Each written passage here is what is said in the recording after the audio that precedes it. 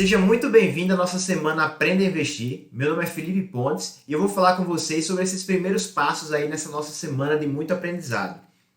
Se você ainda não me conhece, eu sou bacharel, mestre e doutor em contabilidade. Toda a minha pesquisa foi na área de mercado de capitais, com uso de informação contábil para tomar decisão de investimento. Além de estar como diretor educacional do Traders Club, eu também sou gestor de um clube de investimentos. Um clube de investimentos é como se fosse um fundo de investimento, só que mais restrito para um número menor de pessoas. Então eu faço a gestão nesse clube de investimento do dinheiro da minha família e de amigos mais próximos, né? Então essa gestão é feita com o objetivo de longo prazo para que todo mundo consiga se aposentar bem investindo em ações. Nessa semana vamos falar de vários tópicos, né? E aí eu vou fazer um overview, uma visão geral sobre o que vocês vão aprender aqui nessa semana.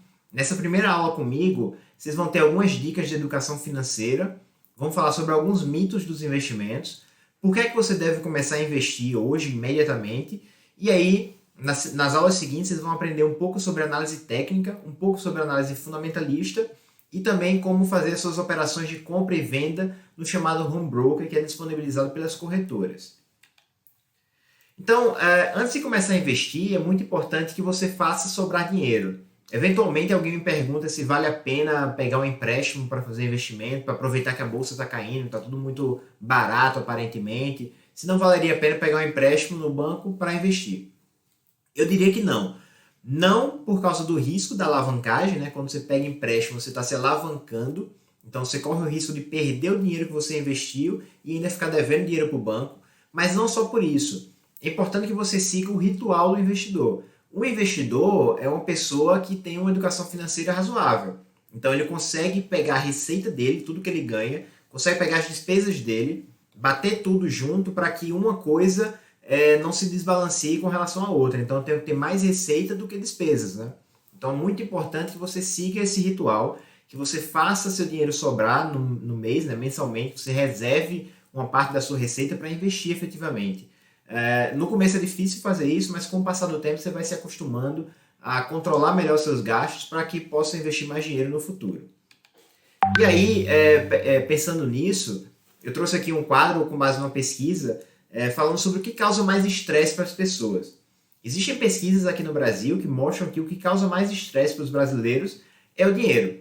O dinheiro é a principal causa de estresse. Isso vai te afetar no teu trabalho, vai afetar a produtividade, porque você está pensando nas suas dívidas, está pensando no que tem que pagar no cartão, que não tem dinheiro, que não tem dinheiro para pagar a escola do filho, e aí começa a ter problema em casa com a esposa, ou se for mulher com o marido. Então tudo isso vai desencadeando vários outros problemas na tua vida pessoal e profissional. Então o dinheiro é a principal causa de problema de estresse dos brasileiros. Então a gente tem que ter muito cuidado com o nosso dinheiro para que isso não afete a nossa produtividade, para que isso não afete o nosso relacionamento e para que isso não gere mais problemas ainda, maiores ainda, que vão te fazer perder mais dinheiro ou que te vão fazer precisar de mais dinheiro ainda, e aí vai te causar mais estresse e esse ciclo nunca acaba.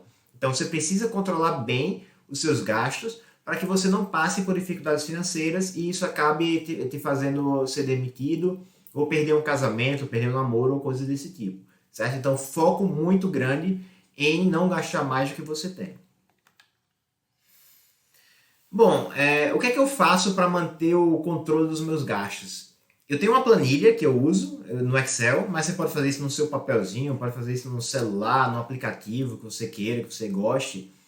Mas particularmente eu gosto de ter uma planilha no Excel, que eu consigo colocar lá mais padronizado, mais flexível, do jeito que eu gosto, para que eu controle meus gastos. Então, como eu uso essa planilha no Excel, às vezes eu faço uma compra e não estou lá com minha planilha para atualizar, né? Não estou com o meu celular, com esse Excel lá para fazer atualização. Então eu chego lá no meu celular, eu abro meu aplicativo de e-mail e envio um e-mail para mim. Gastei R$ 20 com um lanche que eu fiz na rua. Chegando em casa, eu atualizo a minha planilha colocando esse gasto, certo? É possível também criar um grupo de WhatsApp. Eu aprendi essa dica recentemente com um amigo meu. Então, eu tenho um grupo de WhatsApp que eu tenho lá anotações. Não dá para criar um grupo de WhatsApp sozinho, o que é que eu fiz? Coloquei minha noiva no grupo, depois eu excluí ela. Então, fiquei lá eu sozinho no grupo. E aí eu coloco lá também algumas anotações de algumas coisas. Se eu não quiser usar e-mail, eu posso usar esse grupo de WhatsApp também. O grupo do WhatsApp eu acho melhor para mandar arquivos. Então, às vezes eu quero tirar uma foto de alguma coisa, por exemplo, o valor que eu gastei no cardápio, ou eu estou com medo de perder a nota fiscal, que é o que eu vou falar no próximo ponto. Eu tiro uma foto e coloco nesse grupo. Às vezes você está com muito papel na carteira e não quer guardar a nota fiscal, né? Então isso é importante. Pedir a nota fiscal é importante por dois motivos. Por justiça fiscal, né, para fazer com que todo mundo pague imposto igualmente, né? Ninguém gosta de pagar imposto, mas infelizmente a gente tem que pagar. Então é importante pedir a nota fiscal por isso, para que todo mundo pague o mesmo quantidade de imposto e a concorrência seja igual. Então peça a nota fiscal por isso, mas também para você controlar seus gastos. Você pode colocar na sua carteira, eu gosto de guardar na carteira, mas às vezes eu estou com a carteira cheia de papel, então eu não quero guardar um papel novo. Aí eu vou lá, tiro a foto da nota fiscal, do cupom fiscal, ou seja lá o que for, mando para esse grupo do WhatsApp, ou mando no e-mail se eu quiser, e aí chegando em casa eu atualizo minha planilha. Existem também vários aplicativos que vocês podem baixar para controlar os gastos, mas eles são um pouco flexíveis, né? Então, talvez ter uma planilha de Excel seja de fato melhor para você colocar os seus gastos do jeito que você quer. Então, você pode usar essa planilha para isso. Eu prefiro, eu gosto de fazer isso e eu mantenho o controle por meio desses grupos de WhatsApp, por meio de e-mail ou guardando o cupom fiscal. Então, são aí algumas dicas importantes para que você possa controlar bem seus gastos. Além disso, eu gosto muito de usar cartão de crédito, porque todo mês eu pego a fatura do cartão, vou lá e atualizo minha planilha. Só que você tem que ter cuidado com o cartão de crédito. As pessoas acabam perdendo o controle e aí gera aquele problema todo de você ficar devendo no cartão. Então, eu gosto de ter um limite baixo no cartão de crédito, eu não deixo um limite muito alto, e o meu limite é menor do que a minha renda mensal. Então, vamos supor que você ganhe 5 mil reais por mês. Não faz um limite do cartão ser maior do que 5 mil reais, porque senão você corre o risco de perder o controle e gastar mais do que pode. Certo? Se você for mais controlado, pode deixar um limite um pouco maior.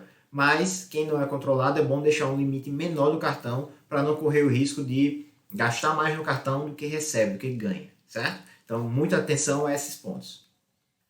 Vamos falar agora dos mitos dos investimentos. Eu tenho uma palestra que eu falo de vários mitos de investimentos, né? Quem já foi uma palestra minha deve conhecer, deve ter uns 20 mitos de investimento que eu falo, mas eu selecionei 3 que são os mais importantes, talvez, para quem está começando a investir. O primeiro deles é que é preciso ser rico para investir, depois eu falo do risco da poupança e depois do risco da renda fixa em geral. Então, poupança não tem risco, na verdade é o primeiro que eu trouxe aqui, né? A gente acha que a poupança não tem risco, mas eu gosto de trazer essa capa aqui do Globo para chamar atenção para uma coisa. É claro que eu não espero que isso vá acontecer de novo, mas isso serve para lembrar para a gente que na época lá do Collor, quem foi bloqueado foi a poupança. Inclusive, essa semana Collor disse que se arrependeu disso, né? Ele pediu desculpa para as pessoas por ter confiscado a poupança, porque isso trouxe várias outras implicações, inclusive para a Bolsa de Valores.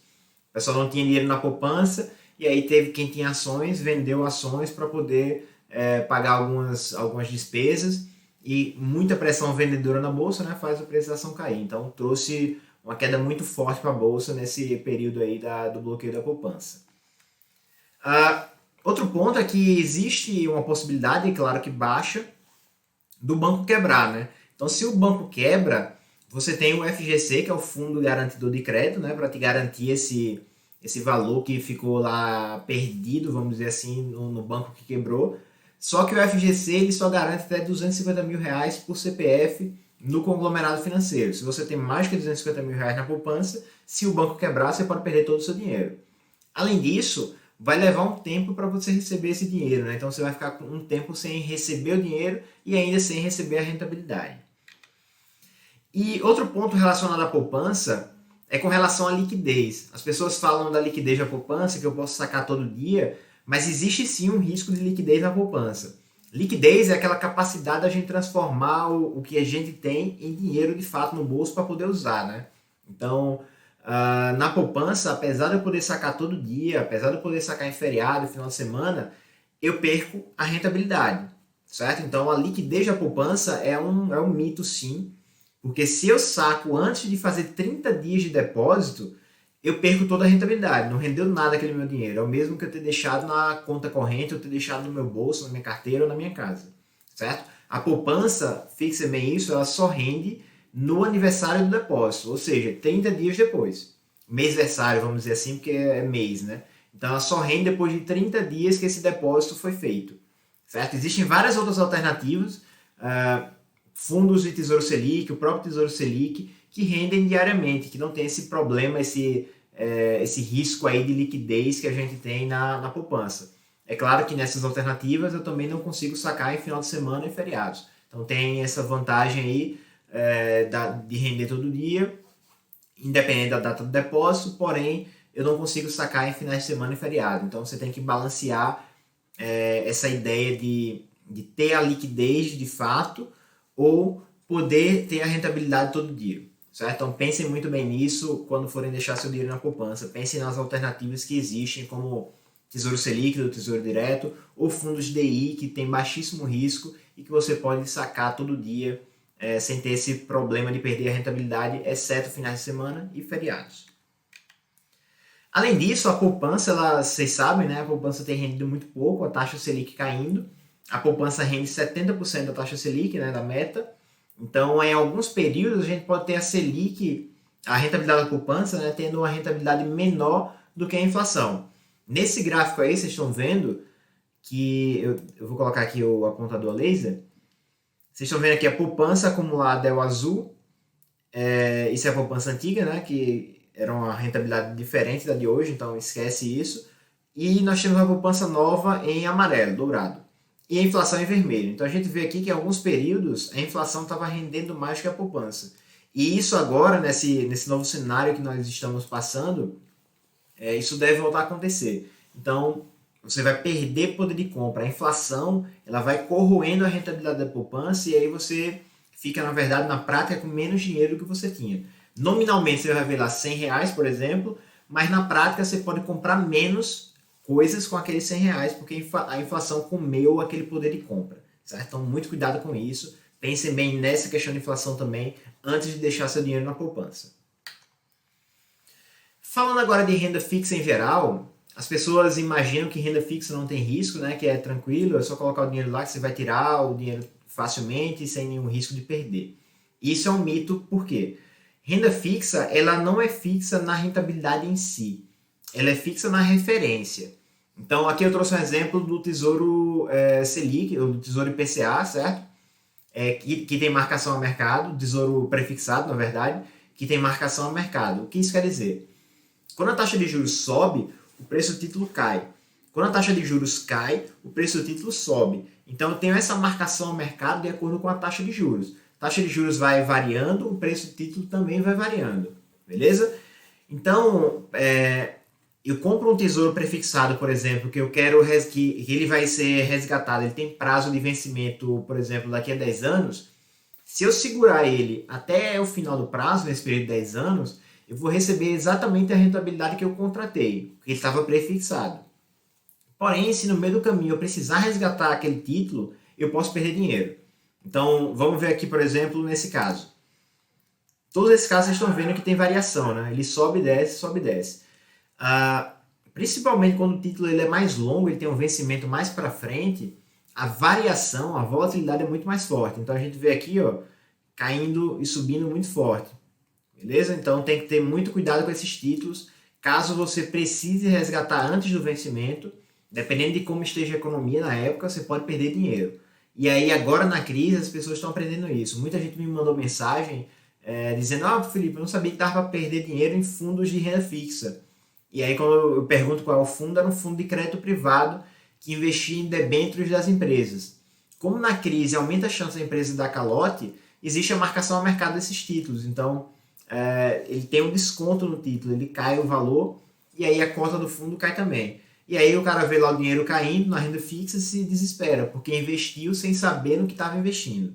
Então é muito importante, antes de fazer qualquer investimento, que você procure saber que investimento é aquele, o que é que tem ali.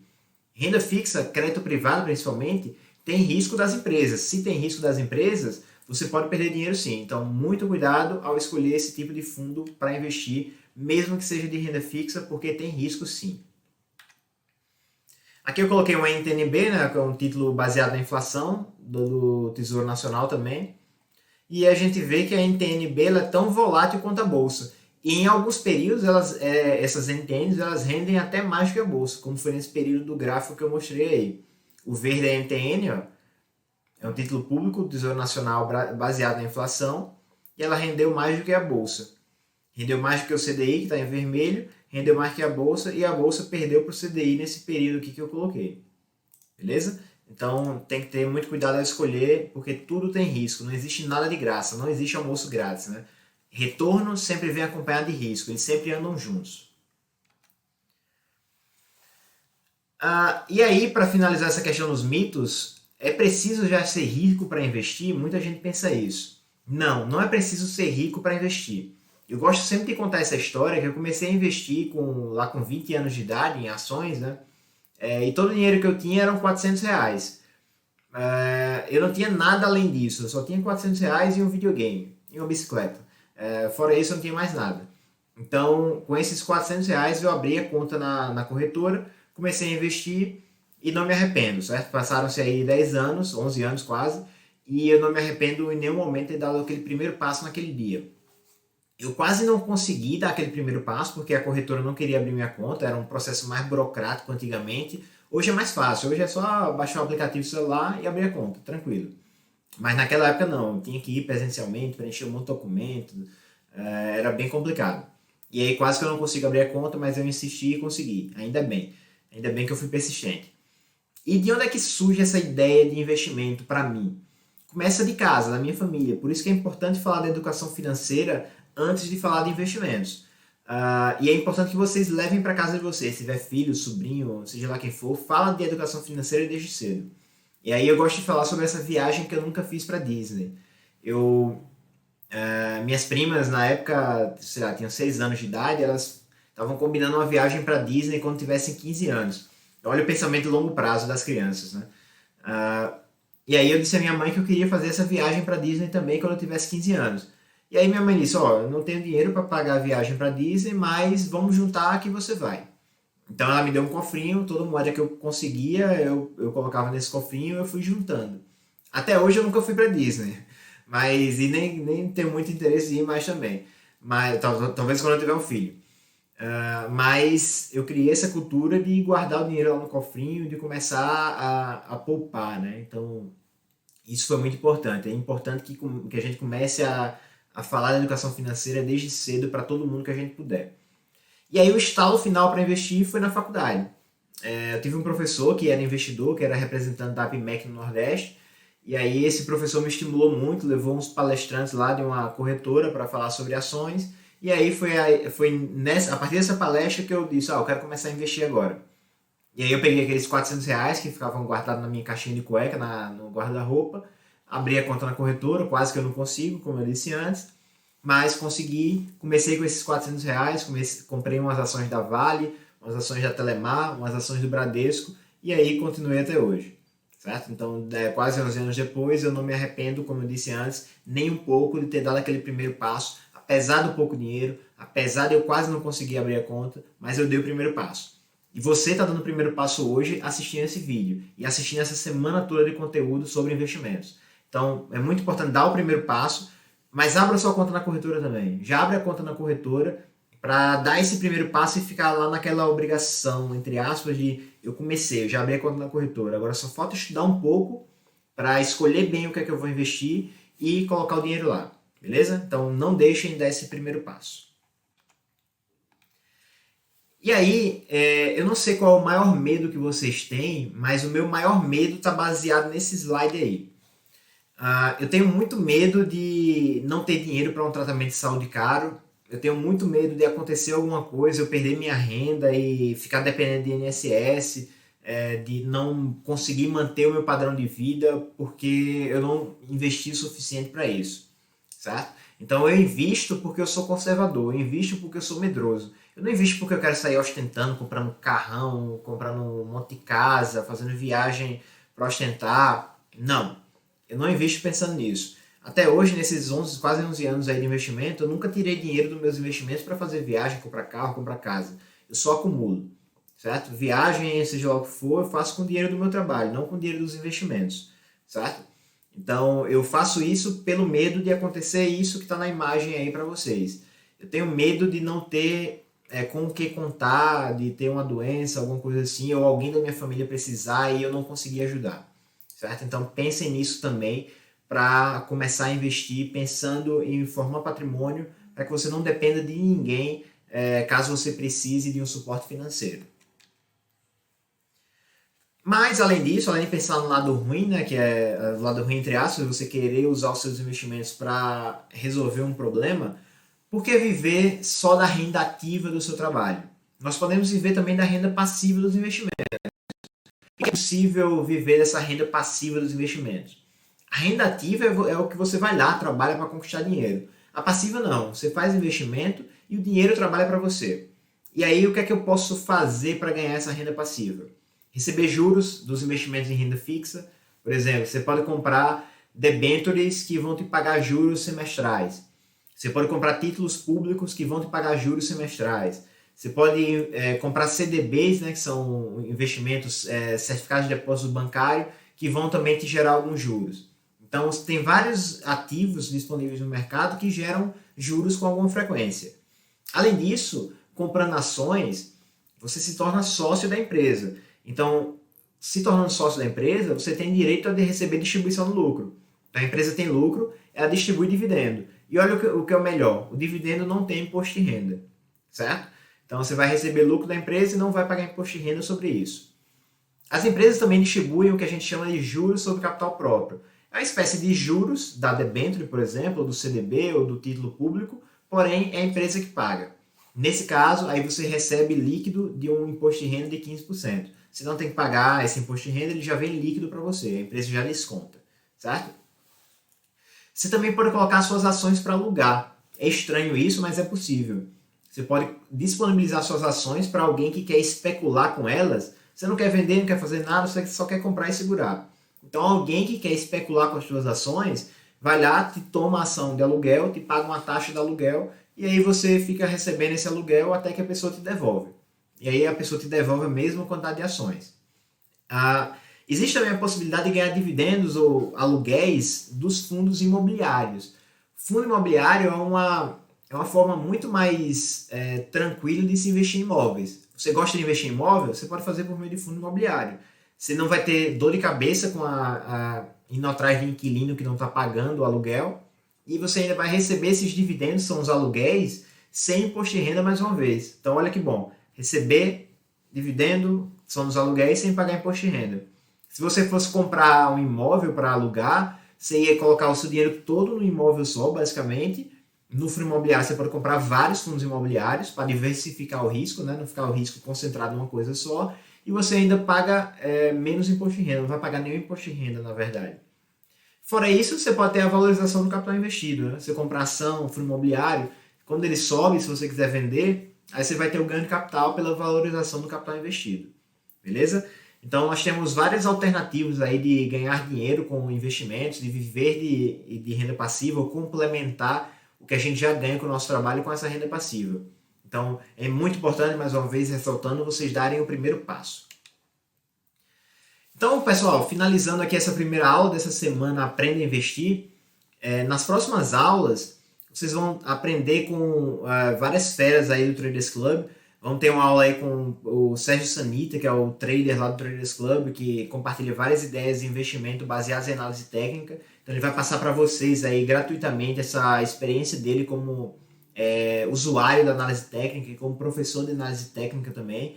Vocês vão ter aí uma aula específica de análise fundamentalista. Nós temos a análise técnica, que é uma forma de investir em ações, mas nós também temos a fundamentalista, que é a que eu uso particularmente. Eu sou fundamentalista. Eu olho as empresas para escolher onde eu vou investir para longo prazo. Na análise técnica, você olha outras coisas que não os fundamentos da empresa. E aí vocês vão também aprender a usar o Home Broker, né, que é aquele aplicativo da corretora que vocês usam para comprar e vender ações. Então, não deixem de assistir as próximas aulas. Assistam todas elas com muita atenção. E se tiver dúvida, vai no meu Instagram, vai no Instagram do Traders Club, manda mensagem lá. O meu Instagram está aqui para vocês na tela, Felipe.pb, pode mandar dúvida lá que eu sempre respondo todo mundo. Beleza? Então, muito obrigado pela atenção e até as próximas aulas.